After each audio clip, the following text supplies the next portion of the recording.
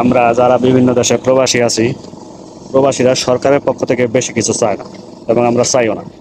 আমরা চাই যারা প্রবাসী মাটিতে মারা যায় তাদের লাশটা যেন সরকারি খরচে নেওয়া হয়। পরে আমরা যেন হয়রানি মুক্ত দেশে যেতে পারি এবং বিভিন্ন দেশের প্রবাসী ভাইরা হয়রানি ছাড়াই যেন পাসপোর্ট বানাতে পারে। ছোট ছোট করা দাবি, এই দাবিগুলো যদি আপনারা পূরণ করে তাহলে প্রত্যেকটা দেশের প্রবাসী আপনাদেরকে মাথায় করে নিয়ে আসবে। এটা হলো প্রবাসী। আপনাদের বেশি কিছু চাওয়া নাই, ছোট ছোট যে দাবিগুলো আছে এই দাবিটা আপনারা পূরণ করুন।